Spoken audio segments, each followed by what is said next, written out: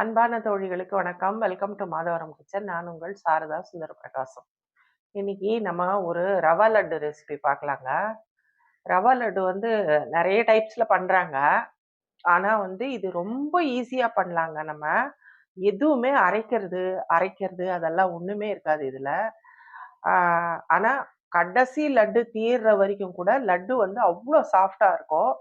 பண்றதும் ரொம்ப ஈஸி. அத எப்படி செய்யலான்னு பார்க்கலான்னு வாங்க. ஸ்டவ் ஆன் பண்ணி ஒரு பேன் வச்சுக்கலாங்க. பேன் சூடாகட்டும். இப்போ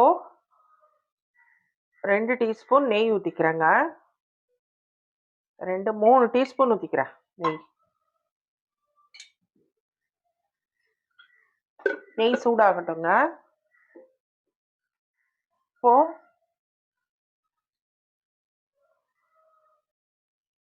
1 கப் ரவை, இது 2 கப் ரவை எடுத்துக்கலாங்க.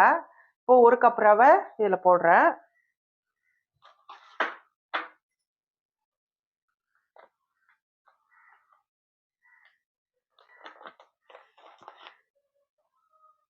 இன்னொரு கப் ரவை, 2 கப் ரவையும் இதில் போட்டுட்டு நம்ம மீடியம் ஃப்ளேமில் வச்சு நல்லா ஃப்ரை பண்ணிக்கலாங்க.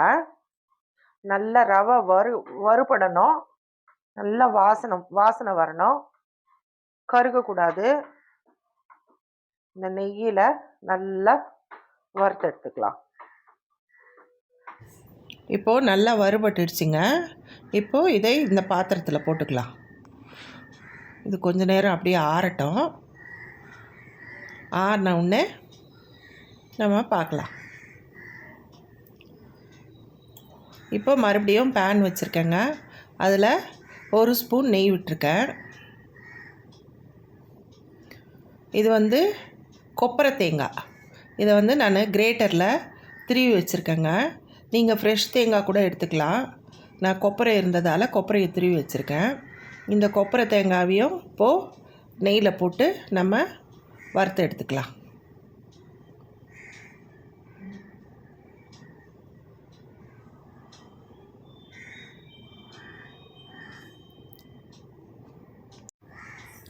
நீங்கள் உங்கள்கிட்ட கொப்பரை தேங்காய் இல்லைன்னா நீங்கள் ஃப்ரெஷ் தேங்காய் கூட போட்டுக்கலாங்க.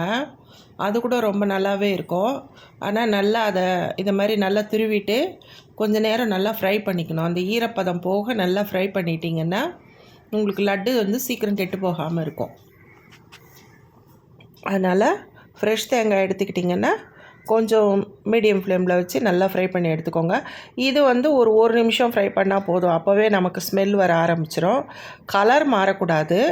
கலர் மாறாமல் நம்ம லோ ஃப்ளேம்லேயோ இல்லை மீடியம் ஃப்ளேம்லேயோ வச்சு நல்லா கொஞ்சம் கமகமன் மணம் வர மாதிரி வறுத்து எடுத்துக்கணும். அப்போ அந்த ஈரப்பதம்லாம் கொஞ்சம் போயிடுச்சுன்னா உங்களுக்கு லட்டு நல்லா சாப்பிட்றதுக்கு நல்லாயிருக்கும், டேஸ்ட்டாக இருக்கும். லட்டு கொஞ்சம் நாளைக்கு இருக்கும். ஒரு வாரம் 10 நாள் வரைக்கும் கெடாமல் இருக்கும். இப்போது நல்லா வறுபட்டுடுச்சுங்க. இப்போ இதையும் அந்த ரவை கூட சேர்த்து கொட்டிக்கலாம். அவ்வளோதாங்க. இந்த ரவையும் இந்த தேங்காயும் நல்லா கலந்துக்கலாம். இப்போது இது கொஞ்சம் சூடு ஆறட்டும். ஆறின உடனே நம்ம இதில் சர்க்கரையை கொட்டிக்கலாம். இப்போது ஸ்டவ் ஆன் பண்ணி பேன் வச்சுருக்கேங்க. அதில் நம்ம ஆல்ரெடி ரவை வறுக்கிறதுக்கு ஒரு 3 ஸ்பூன், தேங்காய் வறுக்கிறதுக்கு 1 ஸ்பூன், இப்போது நட்ஸு 6 ஸ்பூன் நெய் விட்டுருக்கேன். இப்போ இந்த பாருங்க, முந்திரி ஒரு 10-15 முந்திரி இந்த மாதிரி சின்ன சின்னதாக உடைச்சி வச்சுருக்கேன். அப்புறம் இது பாதாம். இது ஆப்ஷனல் தான். பாதாம் இல்லைன்னா நீங்கள் வெறும் முந்திரியே போட்டுக்கலாம். இது சின்ன சின்னதாக கட் பண்ணியிருக்கேன். இப்போ இதில் ஃப்ரை பண்ணிக்கலாம்.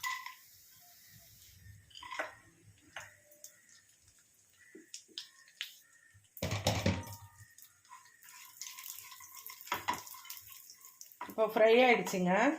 முந்திரியும் பாதாமும் நல்லா ஃப்ரை பண்ணிட்டோம். இப்போது இந்த ஃப்ரை பண்ணதை இதிலவே போட்டுக்கலாம்.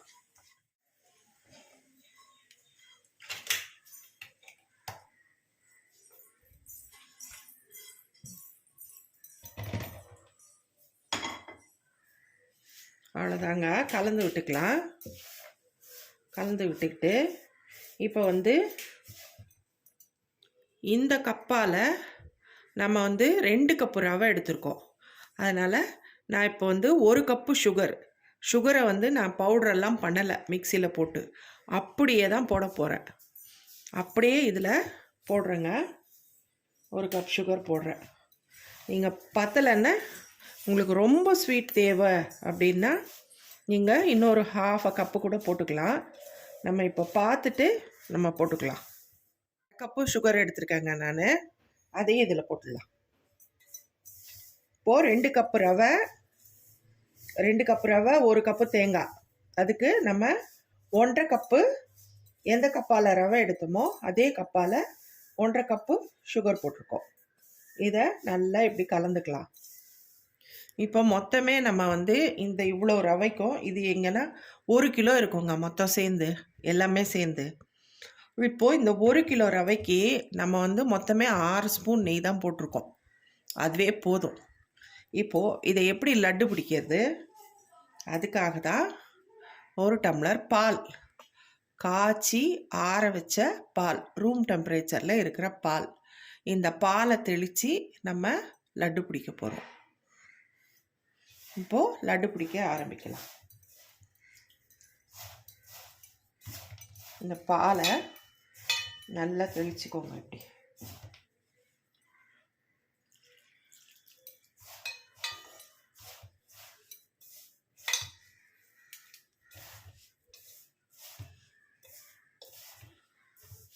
இது பால் தெளிக்கிறதால புளிச்சு போகுமோ அதெல்லாம் கூட நீங்கள் நினைக்கவே வேண்டாம்.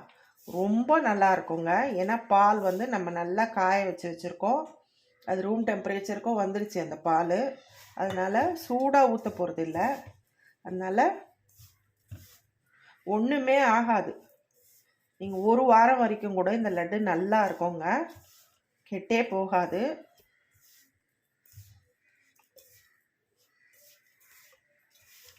லட்டு ஈஸியாக பிடிச்சிடலாம். சர்க்கரை வந்து அப்படியே கொட்டியிருக்கோம் நம்ம. இந்த சூட்லவே அது கரைஞ்சிரும். இந்த ரவை சூட்லவே இந்த பால் ஊற்றும்போது அது சர்க்கரை கரைஞ்சி நம்ம சாப்பிடும்போது சர்க்கரை வாயில் தட்டுப்படாது. லட்டு ரொம்ப அருமையாக இருக்குங்க. நீங்கள் லாஸ்ட் பீஸ் தீர்ற வரைக்கும் கூட லட்டு வந்து அவ்வளோ சாஃப்டாக இருக்கும்.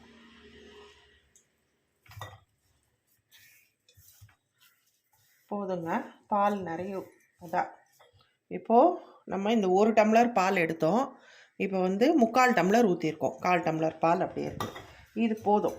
அந்த லட்டு பிடிக்கிற கன்சிஸ்டன்சி வந்துடுச்சு நமக்கு. பாருங்க, லட்டு சூப்பராக பிடிச்சிடலாங்க.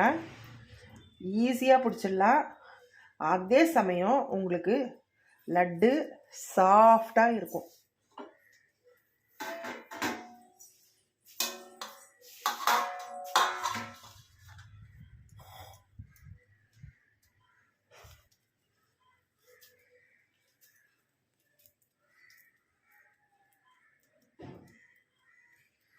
இந்த கடைசி லட்டு சாப்பிட்ற வரைக்கும் கூட உங்களுக்கு லட்டு நல்லா சாஃப்டாக ஜூஸியாக இருக்குங்க. லட்டு பால் ஊற்றுறதால புளிச்சு போகுமோ அப்படின்னெல்லாம் நினைக்க வேண்டாம். அது ஒன்றுமே ஆகாது.